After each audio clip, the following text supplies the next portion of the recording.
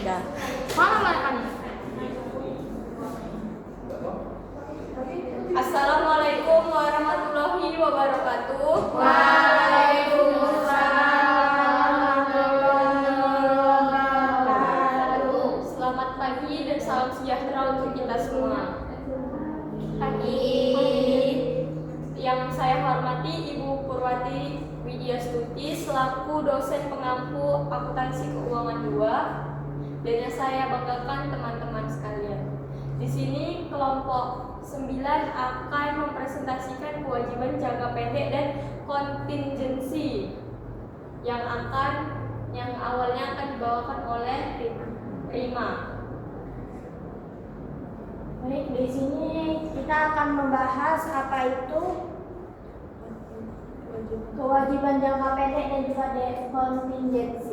Di sini kita dalam pembahasan kali ini kita akan membahas pendahuluan, lalu pengakuan kewajiban jenis-jenis kewajiban jangka pendek, pengakuan kewajiban jangka pendek, kontingensi, pengakuan dan pengungkapan kontingensi, dan ringkasan. Baik, yang pertama pendahuluan. Teman-teman pasti sudah tahu kan apa itu kewajiban atau liabilities? Di sini tertulis bahwa kewajiban adalah utang masa kini perusahaan yang timbul dari peristiwa masa lalu. Penyelesaiannya diharapkan mengakibatkan arus keluar sumber daya yang mengandung manfaat ekonomi. Jadi kewajiban ini timbul karena ada suatu transaksi yang terjadi di masa lalu. Lalu pada masa kini itu dikenakan sebagai kewajiban atau liabilitas. Karakteristik utama kewajiban yang pertama, kewajiban itu masa kini, timbul dari transaksi atau peristiwa masa lalu. Contohnya di sini teman-teman kita bisa ngambil dalam usaha dagang. Dalam perusahaan dagang kita apabila melakukan pembelian secara utang, maka kita di masa depan kita memiliki kewajiban untuk membayar utang tersebut. Lalu yang kedua ada arus keluar sumber daya. Maksud dari arus keluar sumber daya ini yaitu adanya pelunasan menyebabkan keluarnya aset atau manfaat ekonomi. Jadi ketika kita melakukan suatu transaksi itu sebagai utang, maka di masa yang akan datang akan ada manfaat ekonominya. Kita akan bertukaran dengan aset kita, kas kita. Ketika kita membayar utang, maka kita akan menulis di pencatatan utang pada kas atau utang pada aset lainnya. Jadi pertukaran manfaat ekonomi ini tadi yang kita sebut arus keluar sumber daya. Sumber daya yang dimaksud adalah adanya manfaat ekonomi. Lalu yang ketiga, kewajiban mengikat. Kewajiban mengikat ini di mana apabila kita melakukan suatu transaksi kita memiliki kewajiban yang harus kita tunaikan. Contohnya yaitu seperti kadar pembelian, maka kita memiliki utang yang harus dibayar. Sampai sini apakah teman-teman sudah cukup mengerti?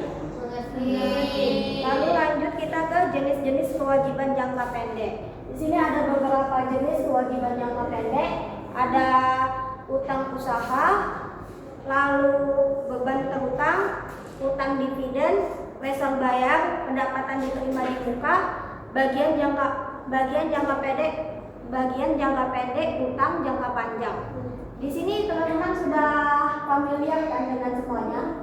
Sudah. Jadi sepertinya tidak perlu saya jelaskan kembali.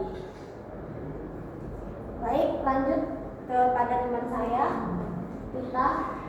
Baik, di sini kita akan bahas tentang pengakuan kewajiban jangka pendek. Di bagian ini kita bahas tentang kewajiban jangka pendek. Jadi gampangnya, kewajiban jangka pendek itu adalah utang atau kewajiban yang harus diselesaikan dalam waktu dekat, biasanya kurang dari 1 tahun. Nah, ada 4 kriteria utama. Yang pertama, ada kewajiban itu diselesaikan dalam siklus operasi normal, contohnya kayak utang dagang ke supplier. Yang kedua, kewajiban yang memang tujuannya untuk diperdagangkan atau istilahnya held for trading. Yang ketiga, kalau jatuh tempo dalam 12 bulan setelah tanggal laporan keuangan. Yang keempat, perusahaan tidak punya hak untuk menunda pembayaran lebih dari 12 bulan. Terus untuk pengukurannya biasanya pakai nilai nominal tanpa diskonto, soalnya jangka waktunya pendek, jadi efek diskontonya nggak terlalu berpengaruh. Berikutnya, di sini ada kontingensi atau definisi dan konsep. Liabilitas kontingensi definisinya merupakan kewajiban potensial yang timbul dari peristiwa masa lalu, namun keberadaannya dikonfirmasi oleh kejadian yang tidak pasti di masa depan, atau kewajiban masa kini yang tidak diakui karena satu, kemungkinan terjadi arus keluar, atau yang kedua, jumlahnya tidak dapat diukur.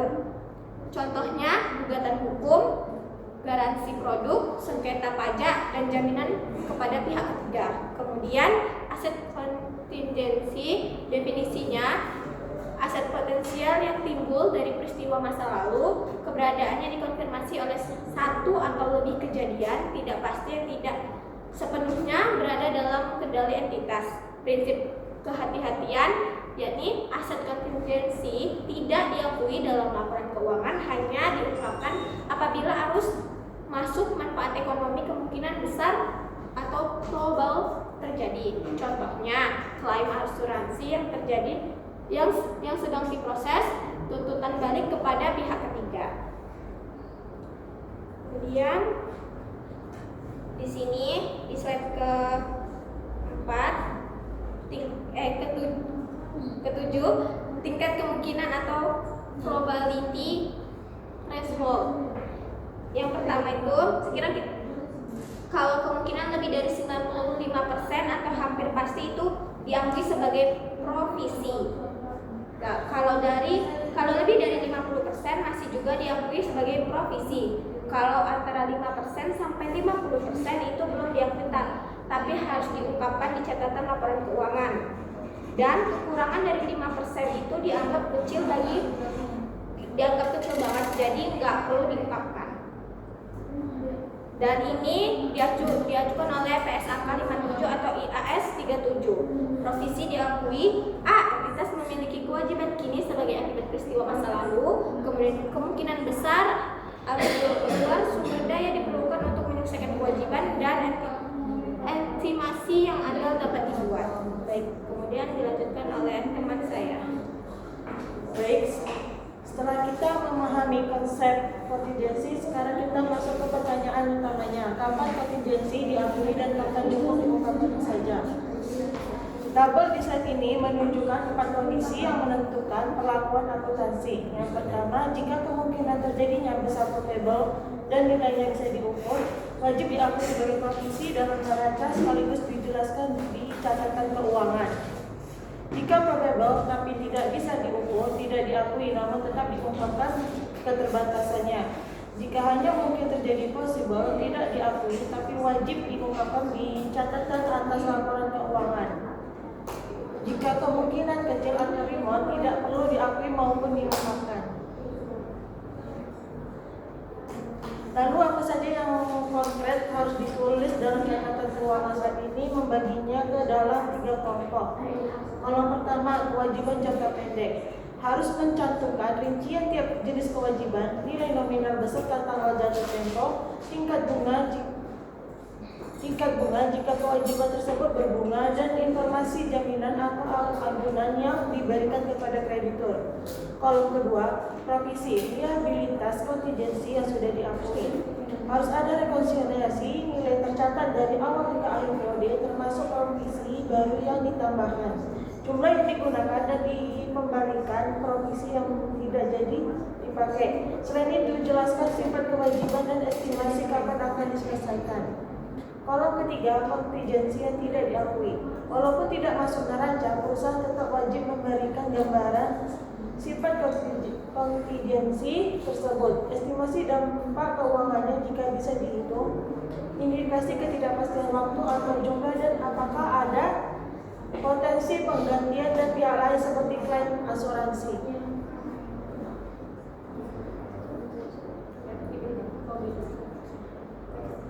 Sebagai penutup, mari kita rangkum seluruh materi yang telah kita bahas hari ini. Kewajiban jangka pendek adalah kewajiban yang jatuh tempo dalam 12 bulan, diakui saat timbul dan diukur pada nilai nominal karena tidak diiskonto atau signifikan. Jenis utamanya meliputi utang usaha, hasil bayar, beban terutang, pendapatan diterima di muka, dan utang dividen. Kontingensi adalah kewajiban atau aset potensial yang keberadaannya bergantung pada kejadian tidak pasti di masa depan. Threshold atau pengakuan mengikuti prinsip probable tanpa terukur sama dengan diakui sebagai provisi atau provisi. Possible, kalau possible diungkapkan saja, remote diabaikan. Pengungkapan dan CALK harus memuat sifat estimasi nilai, ketidakpastian, dan perkiraan waktu penyelesaian. Sekian presentasi dari kelompok 9. Jika rekan-rekan ada yang ingin ditanyakan, silahkan, dipersilahkan. Baik, saudari Olive, dipersilahkan. Ingin bertanya, mengapa kewajiban jangka pendek umumnya diukur pada nilai nominal bukan nilai kini?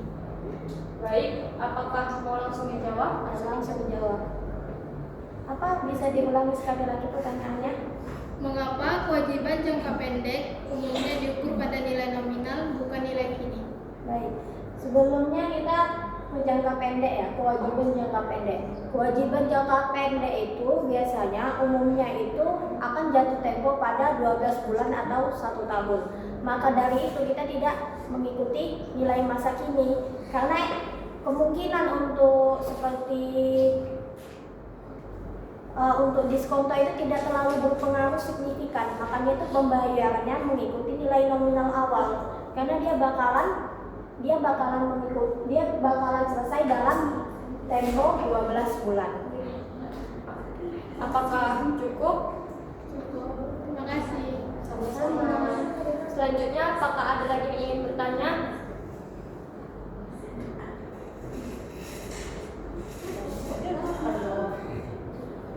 Kelompok 8, apakah ada yang mau ditanya? Silakan. Perkenalkan, nama saya Sedastari. Jadi pertanyaannya, apa resiko bagi perusahaan jika liabilitas kontingensi tidak diungkapkan dengan benar dalam laporan keuangan? Oke. Apakah dari tim presentasi akan langsung menjawab? Langsung menjawab. Baik, saya akan menjawab pertanyaan dari Tari. Tadi resiko perusahaannya untuk liabilitas kontingensinya tidak diungkapkan. Ini nih, jika liabilitas kontingensi tidak diungkapkan dengan benar, maka laporan keuangannya itu bisa jadi tidak wajar dan menyesatkan karena penggunaan laporan tidak mengetahui potensi kewajiban yang mungkin timbul di masa depan. Hal itu dapat mempengaruhi keputusan investor, kredit